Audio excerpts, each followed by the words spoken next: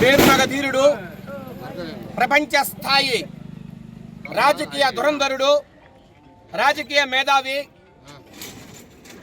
ఒంటి చేత్తో ఢిల్లీ స్థాయిలో ప్రధానమంత్రుల్ని ప్రశ్నించిన ప్రముఖ మేధావి, ఎంతోమంది రాష్ట్రపతులను తన చేతుల మీదుగా పదవులు ఇప్పించిన మహానేత.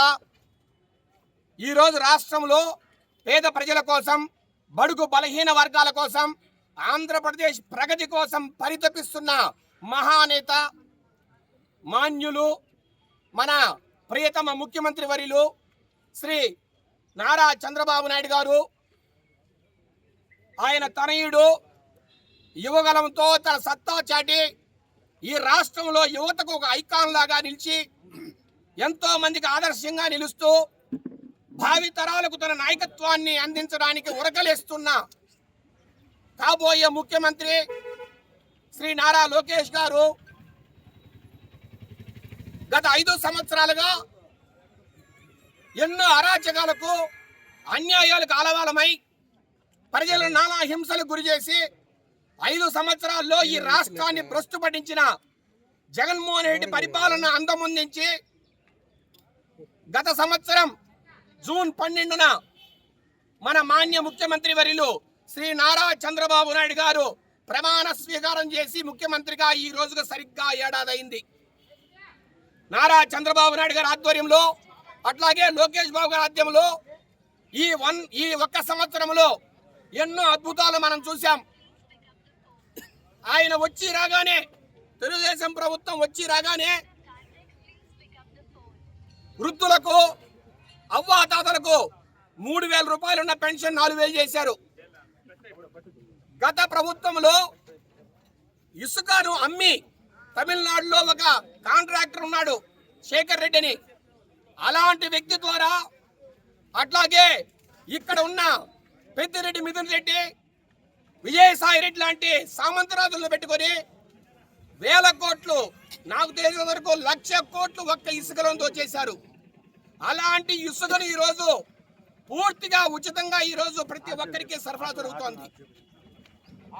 ఒకప్పుడు 5,000, 6,000 ఉన్న ఒక ట్రాక్టర్ ఇసుక ఈరోజు 800కు 1,000 రూపాయలకు వచ్చిందంటే అది కేవలం నారా చంద్రబాబు నాయుడు గారి ప్రతిభ, పాఠవాలని కూడా చెప్పక తప్పదు.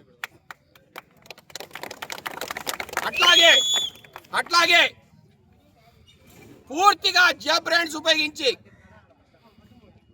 ఒరిస్సా నుంచి సెకండ్స్, థర్డ్స్ మద్యాన్ని ఈ రాష్ట్రంలో ఏరులై పాలించి ఒక రకంగా మద్యంలో కూడా 1,00,000 కోట్లు కొట్టారని ఈరోజు మాట వినపడుతోంది. ఒక్క పెద్దిరెడ్డి మిథున్ రెడ్డికే 40,000 కోట్లు జరిగిందని మాట్లాడుతున్నారు ఈరోజు. గత 5 సంవత్సరాల్లో ఎవరైతే రాజు కసిరెడ్డి ఆయన దొరికాడో పోలీసులకి, ఆయన చెప్పిన ప్రకారం 1,00,000 కోట్ల రూపాయలు దోపిడీ ఒక్క జే బ్రాండ్స్ మధ్యలో జరిగింది.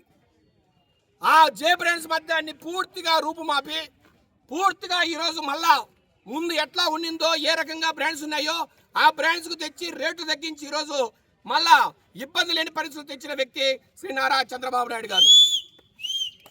ఇది ఒక్కటే కాదు, అన్నా క్యాంటీన్ల పేరును పూర్తిగా సమూలంగా నాశనం చేసి, అన్నా క్యాంటీన్లను పూర్తిగా మూసేసి పేద ప్రజలకు అన్నం లేకుండా చేసిన గత ప్రభుత్వంలో అంత అన్యాయం జరిగితే తను వచ్చి రంగానే అన్నా క్యాంటీన్లు తెరిపించి ఈరోజు 5 రూపాయలకే భోజనం పెడుతున్న ఘనత కూడా శ్రీ నారా చంద్రబాబు నాయుడు గారికి దక్కుతుంది.